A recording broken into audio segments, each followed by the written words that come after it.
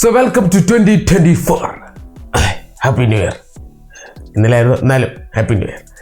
അപ്പം ഞാൻ കുറച്ച് നാൾ മുമ്പേ ഒരു അപ്കമിങ് സ്മാർട്ട് ഫോൺസിൻ്റെ വീഡിയോ ചെയ്തായിരുന്നു. അതിനകത്ത് ഞാൻ ലാസ്റ്റ് പറഞ്ഞായിരുന്നു റിയൽമിയുടെ ഫോൺ മേ ബി ലോഞ്ച് ചെയ്യാൻ സാധ്യതയുണ്ടെന്ന്. യെസ്, ഓഫ് കോഴ്സ് ഇന്ത്യയിലെ ഏറ്റവും കൂടുതലും എക്സൈറ്റഡ് ആയിട്ടുള്ള ഒരു സീരീസാണ് റിയൽമിയുടെ നമ്പർ സീരീസും റെഡ്മിയുടെ നോട്ട് സീരീസും. എക്സൈറ്റ്മെൻറ്റ് കുറഞ്ഞു വന്നു, സ്വാഭാവികം. പക്ഷേ സ്റ്റിൽ അതൊരു എന്താ സം കൈൻഡ് ഓഫ് ഒരു വർഷത്തിൻ്റെ ഉറ്റുനോക്കുന്ന ഒരു സാധനം തന്നെയാണ്. അപ്പോൾ പൊട്ടയാണെങ്കിൽ പോലും.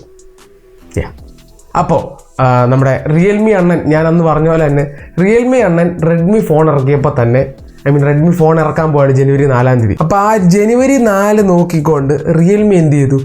വി ആർ ബ്രിങ്ങിങ് സംതിങ് എന്ന് പറഞ്ഞ് റിയൽമി തുടങ്ങി. അതായത് റെഡ്മി വേഴ്സസ് റിയൽമി എന്ന് പറഞ്ഞാൽ ആ പണ്ടത്തെ ബാറ്റിൽ പിന്നെ കൊണ്ടുവന്നു. പണ്ട് മാധവണ്ണനായിരുന്നു തള്ളിക്കൊണ്ടിരുന്നത്.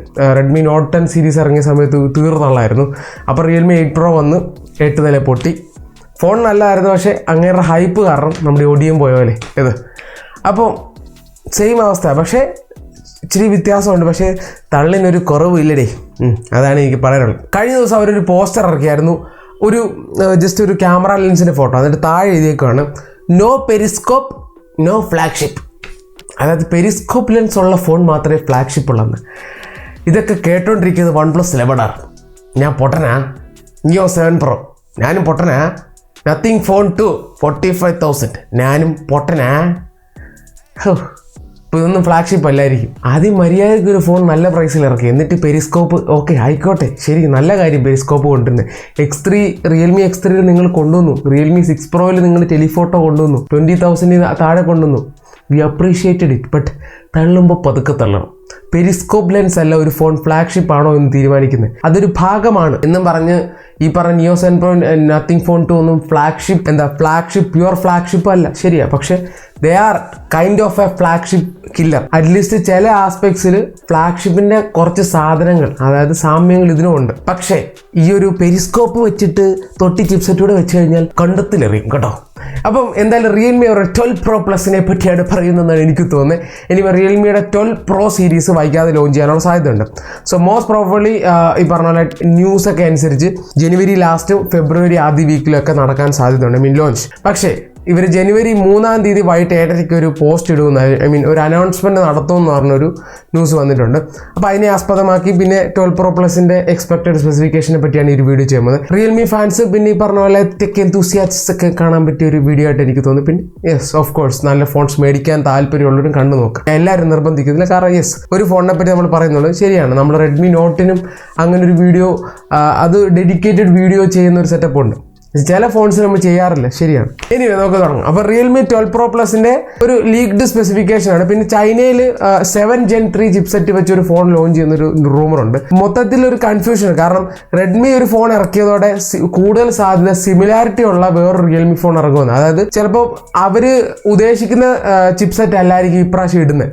അവർ ഒരു മാസം മുമ്പ് ചിലപ്പോൾ ഇന്ന ചിപ്സെറ്റ് ഇടാമെന്ന് വിചാരിച്ചിരുന്നപ്പോൾ റെഡ്മി അനൗൺസ് ചെയ്തപ്പോൾ മേ ബി അവർ ചിപ്സെറ്റ് മാറും. അതായത് അവരെന്ത് ചെയ്യുന്നു ആ ഒരു സെറ്റപ്പ് തന്നെ ഇവരും ചെയ്യുന്ന ഒരു പരിപാടി ഉണ്ട്. So spec may be different. പക്ഷേ നമുക്ക് നോക്കാം കുറച്ച് ലീക്ഡ് സ്പെസിഫിക്കേഷൻ. ആദ്യത്തെ ഡിസ്പ്ലേയിലേക്ക് നോക്കിക്കഴിഞ്ഞാൽ 6.7 ഇഞ്ചിൻ്റെ ഒരു കർവ്ഡ് AMOLED ഡിസ്പ്ലേ ആണ്. 120 Hz റിഫ്രഷ് റേറ്റ് ഉണ്ട്. Fine. 10 Pro Plus, 11 Pro Plus, of course 12 Pro Plusലും പ്രോയിലും കർവ്ഡ് ആയിരിക്കും. ഇനി അടുത്തായിട്ടുള്ള ചിപ്സെറ്റ് ആണ്. റെഡ്മിക്കകത്ത് നമുക്ക് 7S Gen 2 എന്ന് പറഞ്ഞ ചിപ്സെറ്റ് ഉണ്ട്. 7200 Ultra ഉണ്ട്. So 7200 Ultra മാറ്റിക്കോ. ലീക്സ് പ്രകാരം ക്വാൾകം ചിപ്സെറ്റ് ആണ് റിയൽമി 12 Pro Plus അല്ലെ 12 Proയിൽ വരാൻ സാധ്യതയെന്ന് പറയുന്നു. അങ്ങനെയാണെങ്കിൽ നമുക്ക് 7S Gen 2 പ്രതീക്ഷിക്കാം. കാരണം റെഡ്മിക്ക് അതായതുകൊണ്ട് പ്രതീക്ഷിക്കാം. പക്ഷേ ചൈനയുടെ ലീക്ക് അനുസരിച്ച് ഞാൻ ഓൾറെഡി എൻ്റെ പഴയ വീഡിയോസിനകത്ത് ഞാൻ പറഞ്ഞ 7 Gen 3 വരുമെന്നാണ്. അപ്പം എനിക്ക് ചെറിയൊരു പ്രതീക്ഷയുണ്ട്. 12 Pro Plusൽ 7 Gen 3 വരാം. 12 Proയിൽ മേ ബി 7S Gen 2 വരാം. എന്തായാലും 7S Gen 2 വളരെ സന്തോഷം. 695 അല്ലെ ഡിമെൻസിറ്റി 1080 പിന്നെ 7050 ഇതൊക്കെ നിർത്തിയല്ലോ, സന്തോഷം. കുറച്ച് മാറ്റി പിടിക്കുന്നത് വളരെ ഉചിതം, അത്രേ പറയാനുള്ളൂ. ഇനി 7S Gen 2 ആണെങ്കിൽ പ്രൈസ് കുറയ്ക്കണം. 7 Gen 3 ആണെങ്കിൽ 20, 25, 26 ഒക്കെ വെച്ചാലും ഗുഡ്. അടുത്തടുത്ത് നമുക്ക് ക്യാമറ കാറ്റഗറി നോക്കിക്കഴിഞ്ഞാൽ ഇവിടെയും അത്യാവശ്യം ഇൻട്രസ്റ്റിംഗ് ആണ്. ചൈനയിലെ ലീഗ് അനുസരിച്ച് 50 MP IMX890 സോണി സെൻസറാണ് ഇതിനകത്ത് യൂസ് ചെയ്യുന്നത്. നല്ല കാര്യം. കാരണം ഓൾറെഡി 766 9 Pro Plusലുണ്ടായിരുന്നു. 10 Pro Plusൽ ഏതോ തൊട്ടിച്ച് സാധനമായിരുന്നു, ഒംനിവിഷൻ ആയിരുന്നു തോന്നുന്നു. 11 Proയിൽ ഒംനിവിഷനും ആകാം സാംസങ്ങും ആകാം, കാരണം 100 ആയിരുന്നു. ഇപ്രാവശ്യം നമുക്ക് എന്താ maybe 50 mega pixel Sony sensor കിട്ടാം. Maybe 12 Pro Plus 200 megapixel ഒരു ഉപയോഗമില്ലാത്ത സാധനമാകാം. 8 മെഗാ പിക്സൽ അൾട്രാ വൈഡും 64 മെഗാ പിക്സലിന്റെ പെരിസ്കോപ്പ് ലെൻസുമാണ് വെക്കുന്നതാണ് റൂമർ. അതാണ് ഒരു റൂമർ പറഞ്ഞത്. അതായത് 64 മെഗാ പിക്സലിന്റെ ഒമ്നി വിഷന്റെ പെരിസ്കോപ്പ് ലെൻസ് 3x ഒപ്റ്റിക്കൽ സൂമുള്ള ലെൻസാണ് വെക്കുന്നതെന്ന് പറഞ്ഞു. അപ്പം മോസ്റ്റ് പ്രോബബ്ലി ഈ ലീക്ക് സക്സസ് ആകാനുള്ള സാധ്യത കൂടുതലാണ്. കാരണം കറക്റ്റ് ആ ഒരു മോഡലൂടെ പറയുന്നുണ്ട് 64 മെഗാ പിക്സൽ ഒമ്നി വിഷന്റെ പെരിസ്കോപ്പ്. സാധ്യത കൂടുതലാണ്. അപ്പം സോണി സെൻസറിന് ഒരു സാധ്യതയുണ്ട്. സോ ഇതെല്ലാം ഒരു സാധ്യതയാണ്, ശരിയാണ്. പക്ഷേ ഈ ലീക്ക് കുറച്ചുകൂടെ ആക്യുറേറ്റ് ആണ് എനിക്ക് തോന്നുന്നു. ഈ ലീക്കിനകത്ത് പറഞ്ഞ 7 Gen 3 ആണെന്നാണ്. പക്ഷേ പല ടെക് ലീക്കേഴ്സ് പറയുന്നത് 7S Gen 2 ആണെന്നാണ്. സോ നമുക്ക് നോക്കാം ഏതിൽ വരുമെന്ന്. ഇനി 2 വന്നാലും വലിയ കുഴപ്പമില്ല, നല്ല ചിപ്സെറ്റുകളാണ്. 7S Gen 2 കുറഞ്ഞതാണ്, 7 Gen 3 വളരെ സുപ്പീരിയർ ആണ്. അത് വരുവാണെങ്കിൽ 7200 അൾട്രാ ഡിമെൻസിറ്റിക്കൊക്കെ ഒരു നല്ല കോമ്പറ്റീഷൻ ആയിരിക്കും. പിന്നെ നമ്മുടെ കോൾക്കം ഫാൻസിന് അതൊരു അന്താരാഷ്ട്ര വിജയം തന്നെയായിരിക്കും. അതെ. ഇനി ഫ്രണ്ട് ക്യാമറ 32 മെഗാ പിക്സലാണ് സ്വാഭാവികം. ഇനി of course Realme UI 5.0 Android 14 based ആയിരിക്കും ഔട്ട് ഓഫ് ദ ബോക്സ് വരുന്നത്. റെഡ്മി ആ കാര്യത്തിൽ വളരെ തോൽവിയാണ് പച്ചയ്ക്ക് പറയുവാണെങ്കിൽ. കാരണം ഹൈപ്പർ OS എന്ന് പറഞ്ഞ സാധനം ഇത്രയും തള്ളി ഇറക്കിയിട്ട് റെഡ്മി നോട്ട് 13 സീരീസിൽ hyper OS out of the box വരുന്നില്ല.